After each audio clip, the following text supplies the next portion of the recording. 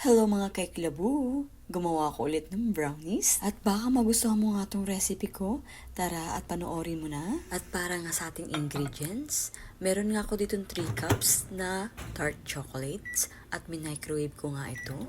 Hindi ko siya masyadong tinagalan sa pagmamicrowave at tignan nyo, medyo buo-buo pa nga tong chocolate natin dito. At pagkatapos nga natin mailagay yung ating dark chocolate, naglagay na rin ako dito ng 1.5 cups na powder sugar. Sunod na nilagay ko yung ating 8 pieces na large eggs.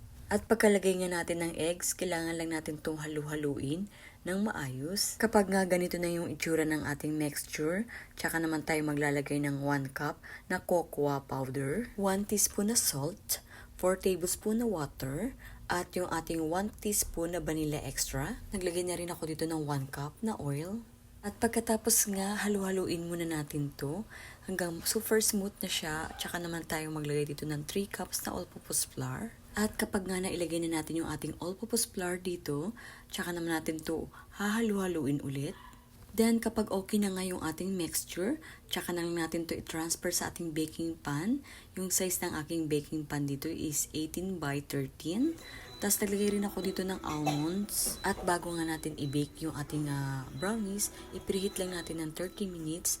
Tapos, 150 degrees Celsius yung nilagay ko ditong temperature. At again, depende pa rin sa oven ninyo yan. Kapag ka napansin nyo medyo hindi pa luto, ibalik lang ninyo sa oven na another 10 to 5 minutes. At ito na nga yung ating super yummy na brownies. At sana may natutunan ka sa video ko ngayon. At kung nagustuhan mo nga to, paki-like and share naman. Or baka hindi ka pa nakapalo sa akin, i-follow mo na rin ako para like kang updated sa mga ginagawa kong videos. Salamat po sa panonood. Sa uulitin. Yum yum!